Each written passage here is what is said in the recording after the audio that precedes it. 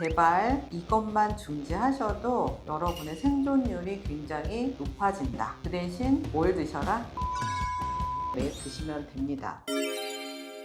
박사님 안녕하세요. 네, 안녕하세요. 박사님, 암 환자들도 단백질을 잘 챙겨 먹어야 된다고 알고 있는데 어떤 단백질을 먹어야 하고 어떤 단백질을 먹으면 안 되는지를 잘 모르겠거든요. 박사님이 오늘 깔끔하게 이 한 편만 보면 알 수 있게 알려주세요. 네, 이 한 편으로 단백질 논란을 종결을 해보겠습니다. 가보시죠.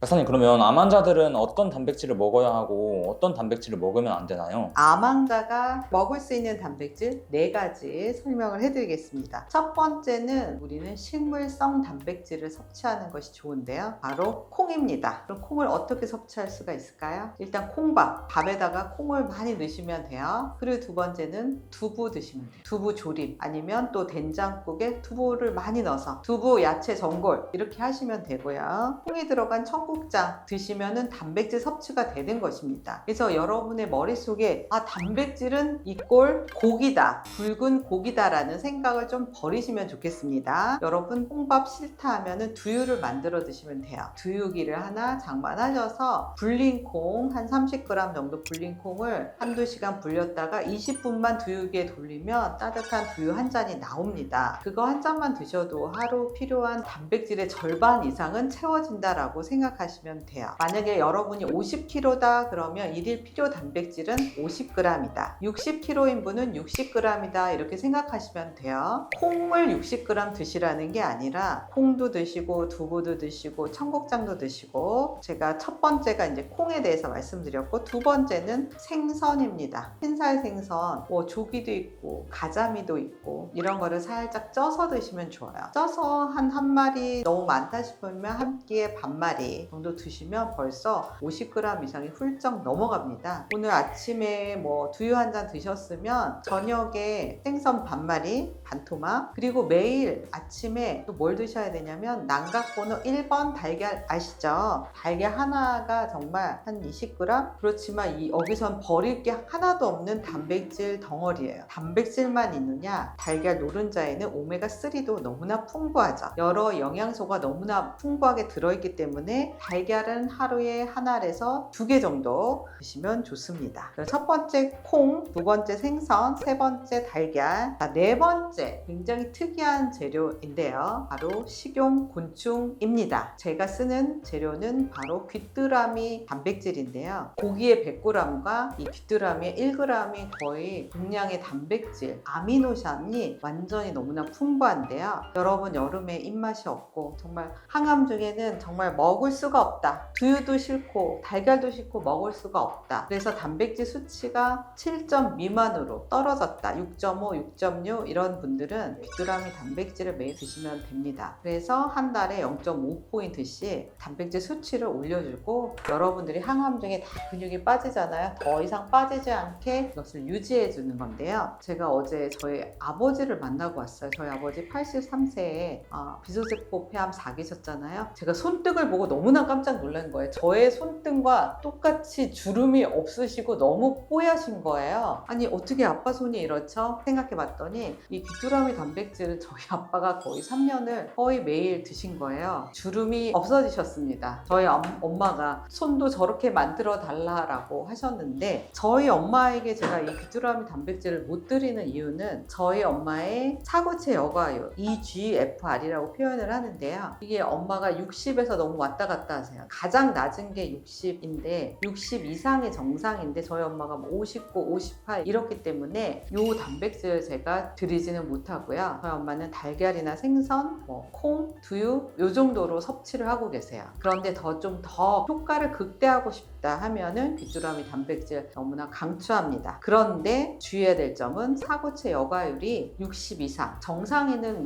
90, 100 이게 정상인 분들이고요. 연세가 드시면 신장에서 이 여과하는 능력이 떨어져서 이것이 점점 떨어지는데 항암 중에는 이게 더 많이 떨어지는 수가 있습니다. 그래서 여러분들의 사구체 여과율을 관찰하면서 단백질 제제를 썼으면 좋겠고요. 제가 먹으면 안 되는 단백질 4가지 가지 빠르게 알려드릴 텐데요. 첫 번째는 고기죠. 고기 얘기 정말 너무나 제가 많이 했어요. 요즘 덥다고 삼계탕, 오리고기, 흑염소, 기운 없다고 흑염소 드시면 항암 중에 안 됩니다, 여러분. 몇 번 말씀드렸는데 고기 속에 지방이 암세포가 너무나 좋아하고 지방이 있을 때 4배가 더 빠르게 전이를 일으킨다라고 말씀드렸습니다. 그 다음 두 번째, 우유에 있는 성장인자. 자, 우리 유방암 환자들 에스트로겐 너무 과다인데 우유까지 먹게 되면 에스트로겐 호르몬이 과다 분비돼서 유방암이 급속히 성장한다. 그러면 우유가 안 되면 요플레도 마찬가지로 그릭 요거트도 안 됩니다. 유기농 요거트도 안 됩니다. 원료가 뭐죠? 우유로 만들었기 때문입니다. 그래서 특히 유방암 환자들 주의하셔야 되고요. 세 번째, 견과류 일단 제한을 해주세요. 우리가 견과류는 너무 좋다, 아몬드 막 너무 좋다 하는데 특히 안 되는 견과류 땅콩. 땅콩은 전이를 촉진해요. 왜냐하면 땅콩에 기름이 많거든요. 땅콩이 수확한 지 오래됐다. 곰팡이가 좀 많이 생성될 수가 있고 또 이 땅콩 속에 있는 기름이 오래 공기 중에 노출되었을 때 산화 산패됩니다. 산화 산패된 기름, 그야말로 쩐 기름은 몸에 염증을 일으킵니다. 여러분 정말 견과류는 하나, 2개 이렇게 드시는 거고요. 하루 견과에서 이렇게 한 포씩 포장된 견과류가 있는데 저는 딱 먹었을 때 굉장히 생산된 지 오래된 그런 맛이 나요. 신선한 고소한 맛이 아니라 약간 쩐 맛이 나는 견과류는 절대 삼가해 주세요. 네 번째, 우리 암 환자들은 영양 공급을 위해서 땡땡 케어를 많이 드세요. 1, 2기 환자들도 입맛 없다 그러면 무조건 그냥 땡땡 케어나 무슨 산양류, 단백질 이런 걸 굉장히 많이 선택을 하세요. 단백질 제제를 그런 인스턴트형 식사 또는 단백질은 굉장히 많은 제품들을 단백질 기존 제품을 보면 다 우유 베이스입니다. 산양류, 무슨 류 해서 우유 베이스로 된 단백질은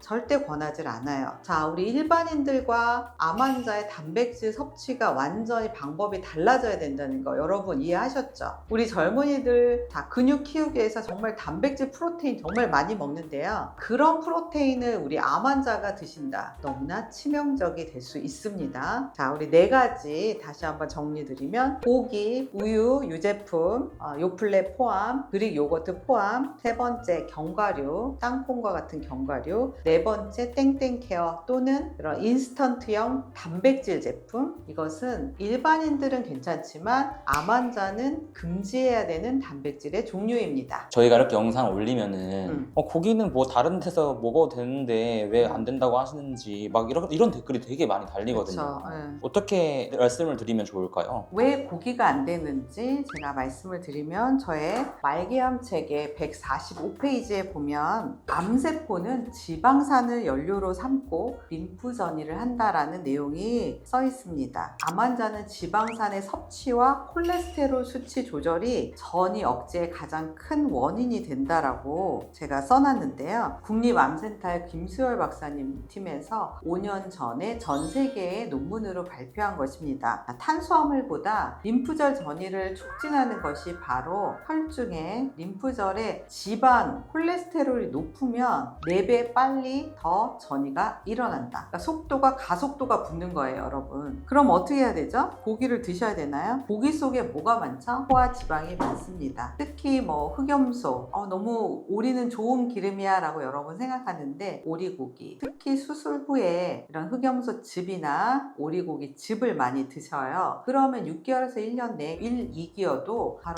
재발이 일어나는 환자를 전 너무 많은 케이스를 봤습니다. 정말 제가 유튜브에도 많이 말씀드렸는데 재발 이것만 중지하셔도 여러분의 생존율이 굉장히 높아진다. 그 대신 뭘 드셔라? 야채를 드셔라. 그리고 달걀을 드셔라. 방금 말씀드린 4가지로 단백질 수치는 모자라지 않습니다, 여러분. 단백질 수치는 7점대 정도 나오면 아주 좋은 거예요. 7에서 7.5. 대부분의 환자들은 이 수치를 유지할 수가 있습니다. 이 수치보다 낮아지면 제가 말씀드린 귀뚜라미 단백질로 더 좀 효과적으로 지방은 빼고 단백질은 곧 아미노산인데 풍부한 아미노산만 공급을 하는 겁니다. 그래서 우리가 전략적으로 이런 식품을 섭취를 하셔야 합니다. 우리 주위에 암 환자가 있으면 이분들이 영양이 부족할까봐 여러분 너무나 애타시죠. 그래서 자꾸 뭘 드시라고 하냐면 고기를 먹어라 라고 주위에서 비전문가들이 너무 말씀을 많이 하세요. 자, 우리 항암을 하시는 환자나 또 가족 그럼 여러분들은 오늘 제 영상을 보시고 딱 중심을 잡으세요. 누구 말을, 비전문가의 말을 들을 필요가 없습니다. 자, 전문가 중에서도 여러분이 신뢰가 가는 분의 내용을 듣고 공부를 한번 해보세요. 공부하시고 제 가이드를 한번 따르신다면 하남이 결코 어렵지는 않으실 거예요. 자, 오늘 내용 도움이 되셨다면 좋아요, 구독, 알림 설정 부탁드릴게요. 감사합니다. 또 만나요.